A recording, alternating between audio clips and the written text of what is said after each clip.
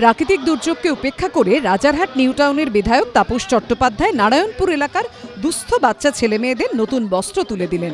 চলো হাত ধরে এসো পুজোর বাজার করি ঢাক নিয়ে বেরিয়ে পড়লেন রাজারহাটের বেশ কিছু দোকানে পুজোর বাজার করতে। যেসব বাচ্চারা একটু অবস্থাপন্ন নয় তাদেরকে আমরা মানে পুজোর সময় চলো হাত ধরি পুজোর বাজার করি, আর ঈদের সময় চলো হাত ধরি ঈদের বাজার করি। আমরা এবারে কালকে লাউহাটিতে আছে, আর চ্যাংড়াহাটিতে আমরা 26 তারিখ করছি, 7 তারিখ করছি। সেটা অন্য স্লোগান দিয়ে চলো হাত ধরি মমতা ব্যানার্জিরই হাত ধরি। হাত ধরতে গেলে মমতা ব্যানার্জির হাত ধরতে হবে, ওই হাতটাই বিষয় আছে। ওই হাতটার মধ্যেই জাদুদ্বন্দ্ব আছে, ওই হাতটার মধ্যেই সম্প্রীতির হাত আছে, ওই হাতটার মধ্যেই গরিব মানুষের স্বপ্ন আশীর্বাদ আছে। এই হাতটা ধরেই আমরা বিষয়টাকে রাখবো। মানুষের সঙ্গে আছি, মানুষের সঙ্গে ছিলাম, মানুষের সঙ্গে থাকবো।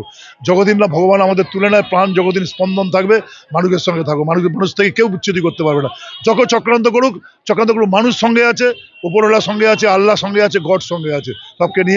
সবকে নিয়ে বিষয়টা হবে। ঢাক বাজিয়ে দোকানদার বিষয়গুলো করলাম, বীরেন্দ্র কৃষ্ণ ভদ্রের গলা দিয়ে শুরু করলাম। তারপর ঢাকের তালে নাচে এই বাচ্চারা যেটা মজা পাবে সেই গানগুলো বিষয়গুলো থাকলো। কালকে লাউহাটিতেও আমরা এই কাজটা করবো।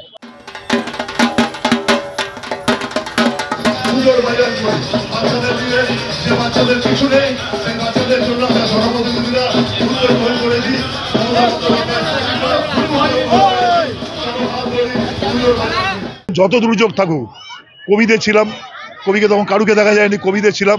কোভিডে আমি এটা ঠিক যে চার গাড়ি নিয়ে ঘুরি না। আমার গাড়িতে মমতা ব্যানার্জি আমাকে সুযোগ করেছে, এমএলএ বলে খানিকটা সিকিউরিটি থাকে, আর এখন এই পুজোর সময় সিপি সাহেব আমাকে একটা কর্ডন দেয়। এটা ছাড়া আমি ওই সব লোকজনদের নিয়ে ঘুরি না। আমার লোকজন মানুষ পাড়ায় আছে বিষয়টাকে আছে। এবং আজকে উৎসর্গ করেছি দেখুন সন্দীপ মুখী, যার কঠিন রোগ হয়েছে, সন্দীপ মুখী, তাকে বিষয়টা করা আছে। আগামীকাল লাউহাটিতে উৎসর্গ করবো সেই বাচ্চাকে, যার 18 কোটি টাকা ইনজেকশন লাগে, সেই বাচ্চাটার মা বাবাকে নিয়ে এসে মহারাজ এবং এরা তুলে দেবেন। কিন্তু দুই ধর্মের মানুষ তুলে দিয়ে বিষয়টাকে করবে।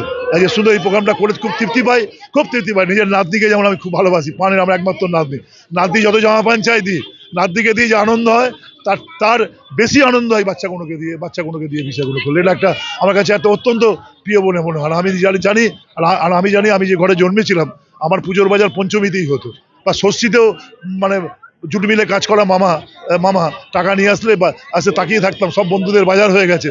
মানে দুস্থ হয়ে জন্মেছি, জানি এর ব্যাপারটা জানি। যত বড় হই না কেন, যত দামি পাঞ্জাবি পরি না কেন, মনটা আমার সেই দরিদ্র বাচ্চাদের সঙ্গেই আছে। কেউ আমাকে বিষয়গুলো করতে পারবে না। এই বাচ্চারা আমার কাছে ভগবান, এই বাচ্চারাই আমার কাছে আল্লাহ, এই বাচ্চারাই সবকিছু। বাচ্চার মুখে হাসি ফুটিয়ে আমরা এগিয়ে যাবো।